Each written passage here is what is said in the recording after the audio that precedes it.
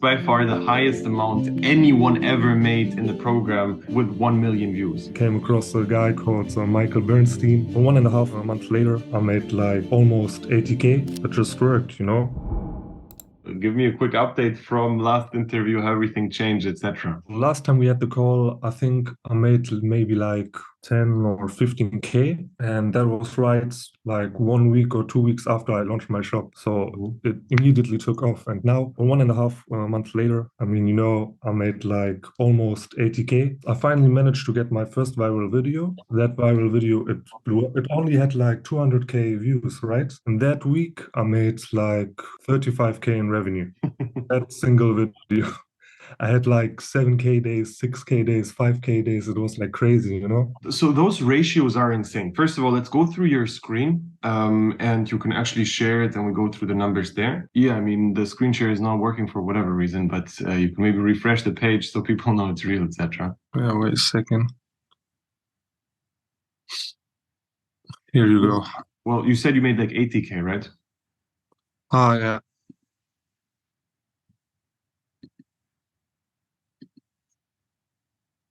Yeah, so there we go. Amazing. And you're saying that all of this, like everything to the total, how many views did you generate to actually make this money? On Instagram, I had like three semi-viral videos, two over 100K and one over 200K. And on TikTok, I only had like one viral video with 250K views. So maybe that's in total like everything like not even 1 million views. It's hilarious to even think about that because it's just insane. It's by far the highest amount anyone ever made in the program with 1 million views, which is 80K. It's just absurd. So that's just like super, super high. Maybe at some point, maybe in the fourth or fifth interview, we're actually going to show the account so people believe it after the product is not working anymore. But it's just ridiculous how much money can actually be generated if you do it right with this specific like kind of niche strategy here. Why do you think that actually converted so well? I think the product itself is very, very high converting. Second point is I don't really have any real competition for that product right now. I mean, there are a lot of people who are trying to copy me. They haven't really made. Recently, there's another guy. He started like 1 week ago and his views were going like crazy. So I don't know how, but he managed to get a lot of views. And I think now he got shadow banned, but yeah, his videos were quite good. So I copied a lot of him. I took a lot of inspiration of him. Uploading on Instagram, YouTube, and TikTok, and I'm getting sales like from every platform. The volume of uploading was in the beginning very high. I used to upload like 3 times a day, and the videos were like it was pretty hard to go viral, especially in the beginning. And me and Pepe, we were split testing a lot of hooks. Yeah, at one point it just worked, you know. I mean, obviously the sales changed quite drastically since our last call, but what changed like in your day-to-day life? Like did you manage to restructure your day? Did you become more productive or are you still slacking with that? Last time we had the call, you told me about productivity and time structure, and you know.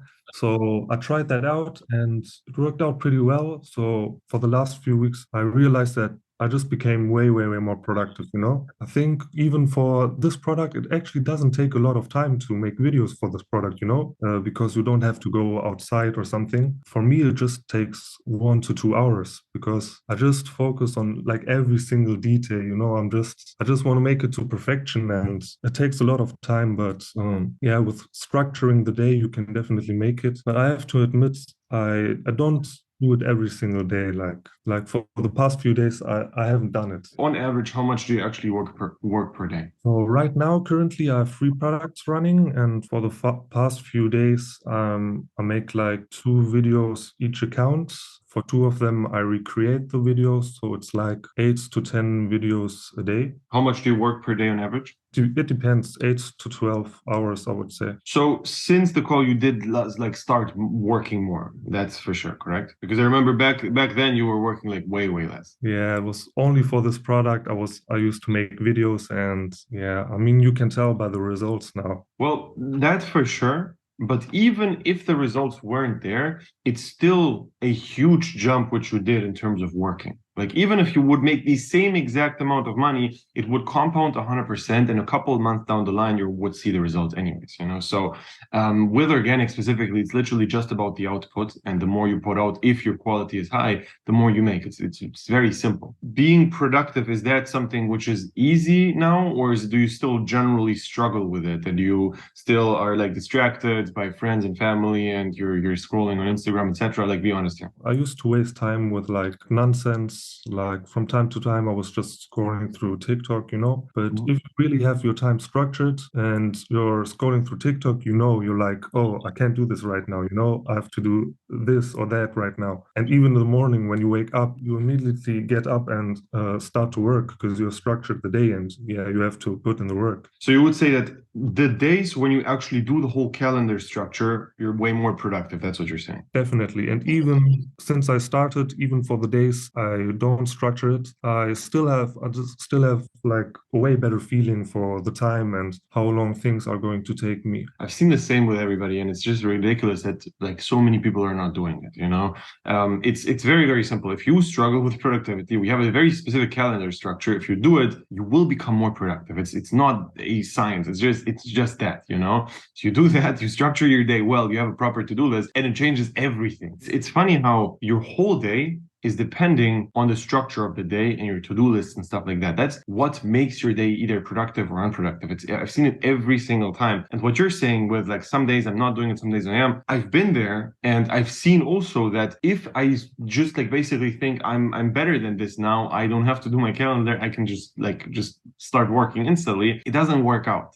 in most cases. And you need to Are you still structuring your day out every single day? Yes. For me, it's just a proper to-do list, you know? Like I have like a very, very specific to-do list which I'm structuring with the day with. I need that. So the calendar thing, I would recommend that to do for the first like year or maybe two. After that, like for me, the calendar is not like, it doesn't change as much as like a really good structured to-do list where I have every single bullet point of what I have to do, you know? That's kind of the main thing which is important for me. I'm talking about like a to-do list, not like a really broad one, but like very, very specific things which I need to do. That's what makes me productive. You also had like a couple other problems with your business. I mean, let's talk about that as well. Like what were the main struggles in the last like month or so with the business? My PayPal account used to get blocked. Especially in the beginning, I had like issues sourcing the product because the factory, it was out of stock. I couldn't source it, and it was hard to find a supplier. I think I contacted everybody in China. Like at one point, I found a supplier, but I had to wait a few weeks so I could send it out to the customers. That's why a lot of customers, they are still sold the product. So a lot of customers had to wait for a long time. And yeah, that's why they opened disputes or whatever. And this is when my PayPal account got blocked. I had to take it out of my shop, and the conversion rate dropped a little bit, but I was doing like decent sales. And then you told me to make like different accounts to spam call the support. Yeah, currently I have another PayPal account, and yeah, there was just too much money on hold for a certain time. There was like 10K on hold. So I also took that account out of the shop. Right now I have access to all of the money, so I put it in again for the last few days. So you did manage to get the money out of PayPal. For the first account, still not. On the So first there's account, 10K still open basically. there's still 12K. But that's the only account which has a hold now. Like only 12K are now officially held by PayPal. Yeah, and it's like for 5 months are remaining to get that money. Yeah.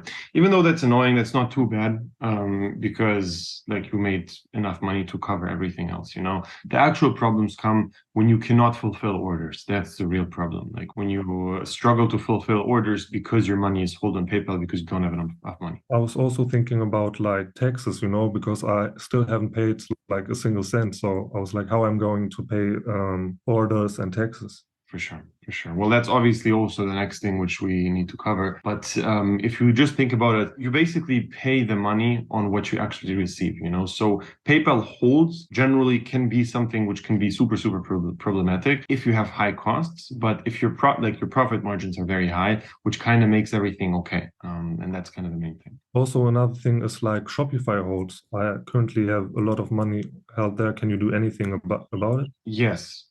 Yes, there's a couple of things like, but how long is the hold there? Do you know that? For 3 months. And how much is on there? 20%, and that's like 7K now. Yeah. So something like this, like ideally, very first thing you should do is generally having a credit card. So you make sure that you have a bunch of money to cover product costs. That's the most important. But yes, there's a couple of things we can get into for the Shopify holds. What would you say in the program here? What was the most helpful?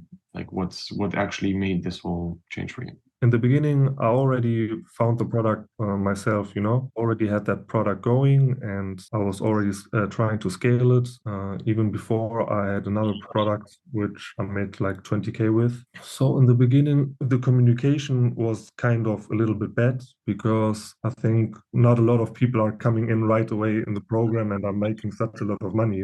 I didn't know I could make like calls with Jacob and chat to him and all the stuff. After a week or 2 weeks, I managed to like exchange with him, and he was pretty helpful. So like he taught me things like horizontally scaling and all the stuff, calls every single week with people, and he's always looking over my account and telling me what's good, what's not good, or yeah, we're always trying to find new content ideas because it's pretty hard for me to go viral. So tested out a lot of, we're split testing like a lot of different hooks. With the PayPal thing, I could like reach out to you and ask you for your advice and what you would do. Yeah, I think that's the main things. If you have problems, you can have answers like from experienced people who are going through that. Your content is constantly getting reviewed, so it also keeps pushing you. And Yeah, for sure. What would you say is kind of the goals you have from here, though? in the beginning, when I started out, I used to set up goals for me. Like, I remember my first goal was to get my first sale in the first week, and I made it somehow. And then my goal was like making 3K in a few weeks, and it happened. After that, hitting that first 10K and 20K in a month, and I made it. And now for the past month, my goal was like to make at least 50K in revenue. And it's crazy, like every single goal I've written down, it actually happened and came to reality, right? I remember I even wrote down like to get into the program and to be in a case study with you, and now I'm sitting here. It's like crazy, but you just have to write your goals down and like do anything to achieve it. And I think my goals from now on is like definitely to make like 100K in a month and have multiple winning products running. This message generally can be misunderstood because a lot of people can now think, all right, let me just write down my goal and I'm gonna hit it anyway, so like I can chill now. And I've seen a lot of people who are like very structured and detailed about writing down their goals and manifesting it and whatever, but in reality they're not doing shit. The reason why you hit the goals was because you executed the things properly. It was not because you wrote them down, and that's very important to understand. And that's just something I always go by, even though a lot of people say something else and they're like, I don't like, do you believe in that? Like, do you think it was connected to you writing the goals down, or do you think it was just because you did the things? I don't necessarily think like I achieved these things because I wrote them down. It's pretty individual. Everybody has to find a way which works for them and which is pushing them the most, or what is motivating. And yeah, that's motivating me the most for sure, and it worked for me. So I'm just doing it to keeps me pushing. So you're saying basically that you wrote the goals down, and because you had the goals, that was what motivated you.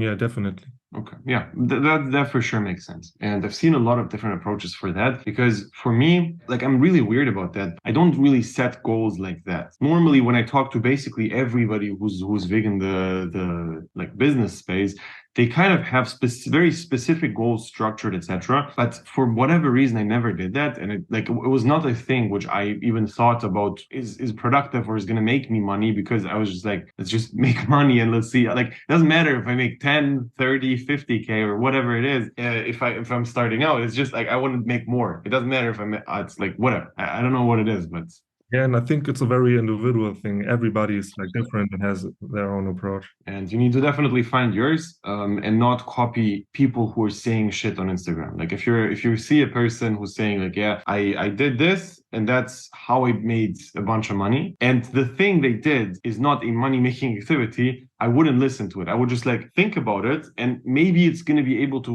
motivate you or something, but focus on the fundamentals. Just focus on things which are actually going to make you money. And that's just money-making activities and not goal setting. So you're saying that like 100K a month is the next goal, correct? Like I want to make that like within the next few months, and I think pretty possible because yeah, the market is there, and I already have like good products running. I think I can do it. I would recommend setting goals on profit, not revenue. I would not even care about revenue in reality, Actually makes sense. Yeah.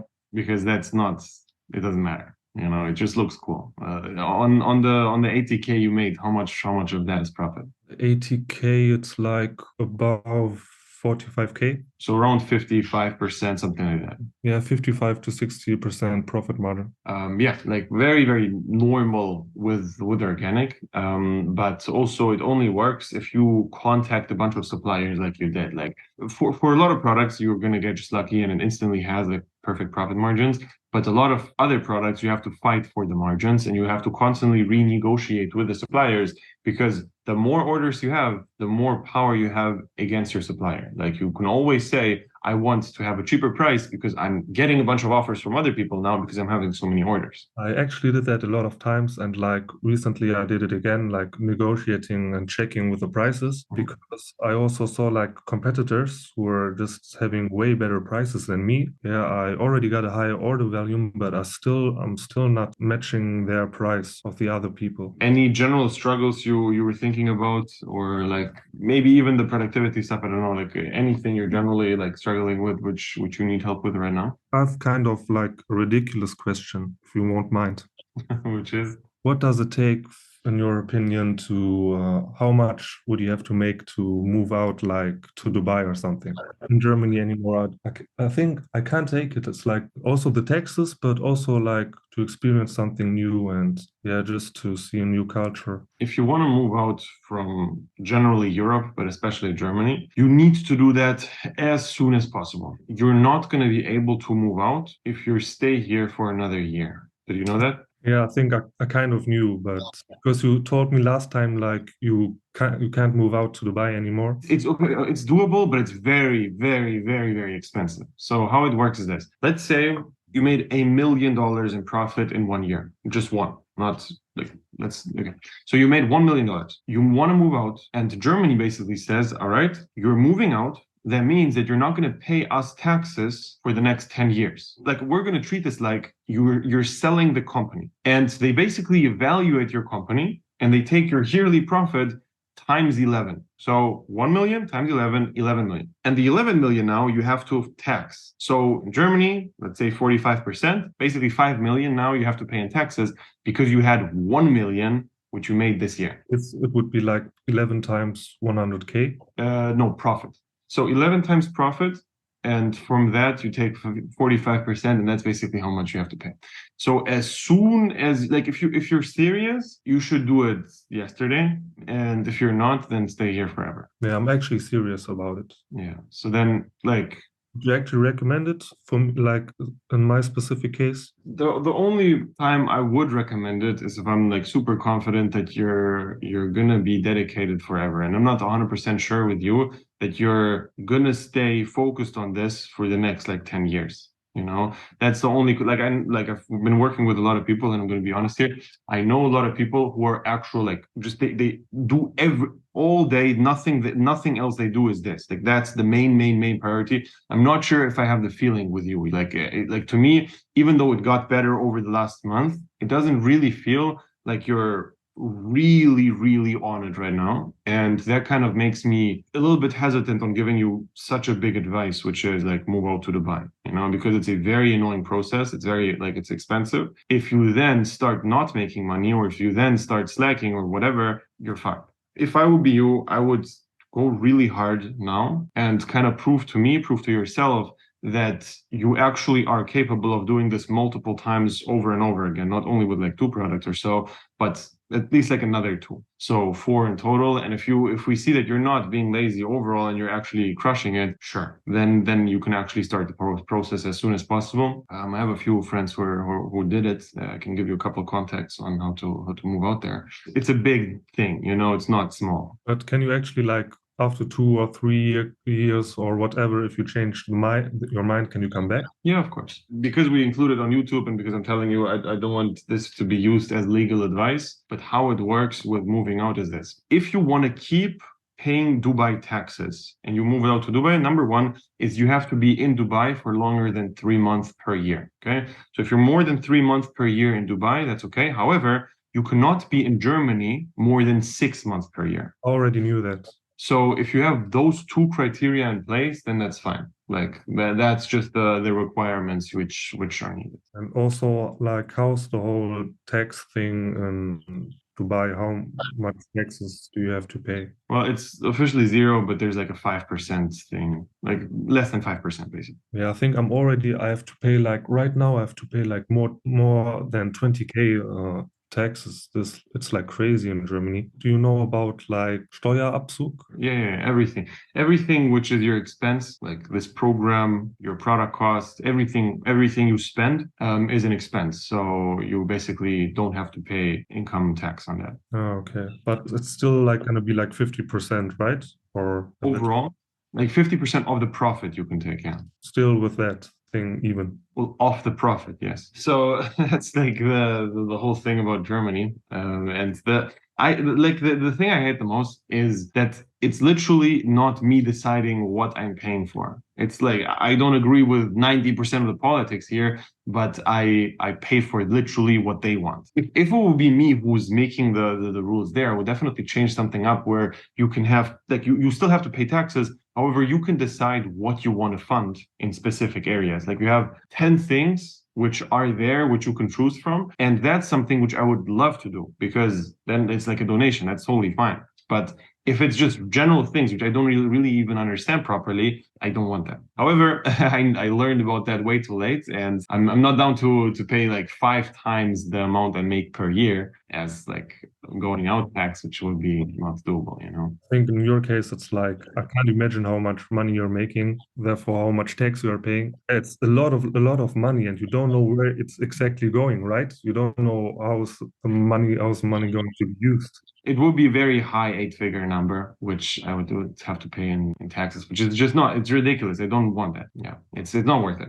But the main thing I'm thinking about is that it's just doubling your money. If I would double my money now, I would not feel any impact because I'm at a point where honestly, everything above 50K per month in profit after taxes, you don't really notice. Like 50 or 80, I don't need anything. And Yeah. if I double that, I'm not going to have a better impact. I'm not going to feel better about anything if I have literally times two my money. However, what I will have is that I cannot stay in Germany for more than 6 months. I'm not going to be, I have to be now in Dubai for 3 months, which means that I'm trading my freedom for doubling my money, which I don't really need. You know what I mean? I understand. At a certain point, the double money thing, it's not real. It's whatever. Yeah, I think especially when you're at such a high level, it doesn't make a difference anymore. How are you telling people about the numbers or no? So, for example, like my parents, they don't really believe it. Like, I think I have to buy them something really expensive or buy them something nice, and then